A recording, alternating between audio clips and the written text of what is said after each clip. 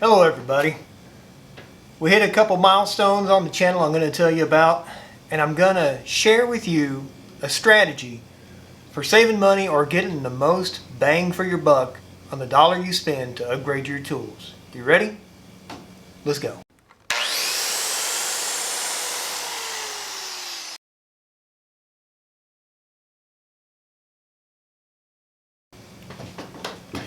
First of all, I want to apologize for not putting out any videos for the last, it's been a couple months now. We had a death in the family. That about sums it up. I'm not going to get into it, but you know, life happens. And there's things that we have to take care of, and family is at the top. So I've been doing that. But we also hit a milestone while I had the channel on cruise control, not putting out any other videos. We hit 10,000 views a couple weeks ago. So thank you to everybody that's supporting the channel. If you hit that subscribe button, you hit that like button, hit the notification, the little button that looks like a bell, all that does wonders to help me out, help our channel out. So I appreciate it. The subject of today's video is this is the road from novice to pro in woodworking and DIY, or DIY. Don't know why I can't say that. When do you upgrade your tools?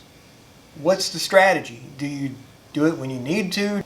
Do you wait for certain sales that are better than others? The answer, easy, is yes. The most important thing to do when you're looking to upgrade your tool or tools is to have a baseline knowledge of what that tool costs in the first place. You might be looking at different brands or different sizes, so you need a range, but you need a baseline. If you don't know what that tool's price is to begin with, how are you going to know if you're getting a good deal or not? Do your research, figure out what the baseline price is. Because, I'm going to tell you something, people think that they don't do this, but they do this. So, I might see this sale now, $120, was $150. But was it really $150 beforehand? Or was it always $120? Or was it $135? You don't know. You didn't pay attention to it. How are you going to know? You don't. So pay attention. If this thing's always $150 and you know that, and then it goes on sale for $120, hey, you know you're getting a good deal. All right. Now that that's out of the way, you get it. Whether it's a $120 tool or whether it's a $1,500 tool or $2,500. The premise is all the same. If you are buying new and you know you're buying new, there's not as much strategy when you want to do it. There are certain sales of the year. Let's just say, as the calendar goes, this X is the sale. You're going to pay attention a week or two ahead of time, compare different websites, compare different stores, and you're going to figure out where you're going to get the best price and you're going to get it.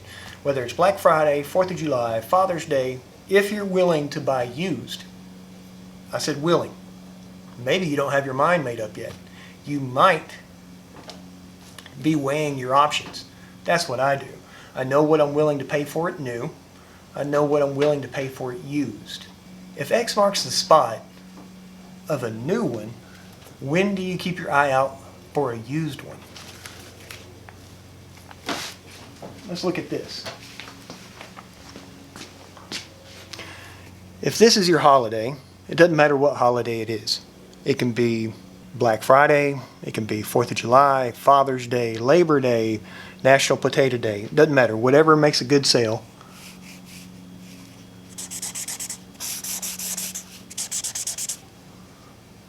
You got a couple weeks before, and a couple weeks after the sale. When should you be on the lookout? Well, let's run through a couple different scenarios that I could see myself doing. If I know that I'm going to buy a tool new or upgrade new to me, I might sell my tool ahead of time to give me more cash to buy it with. So I'm going to sell my tool ahead of the sale. If I don't know about it, either it got given to me as a gift or I saw such an incredible deal on it that I grabbed it without prior knowledge, I'm going to sell my old version after. So if you're willing to buy used, you want to look before and after the sales. There's a trickle-down economic theory here. One man may get something new, he sells his older piece. Another guy gets, that may be an upgrade for him. He buys that, he sells off his older piece, and it may take a couple weeks. Definitely more than a couple days. You want to pay attention. So if you're willing to buy used, that's how you get the most bang for your buck. Watch before and after a sale. Where do you find these things? My two websites for buying used: Facebook Marketplace and Craigslist. Now on Marketplace you can set alerts to searches. Like, I've been on the lookout for a bandsaw. Anytime that a bandsaw comes up for sale within my radius that I have it looking, and it's between price X and price XX, I get a notification and it'll tell me, and I can look at it. I can decide if I want it or not. So I don't even really have to actively be going and looking. I've got a machine looking for me, and then I can just double check on it. So work smarter, not harder. It's really easy. It's a really good way to get the most bang for your buck.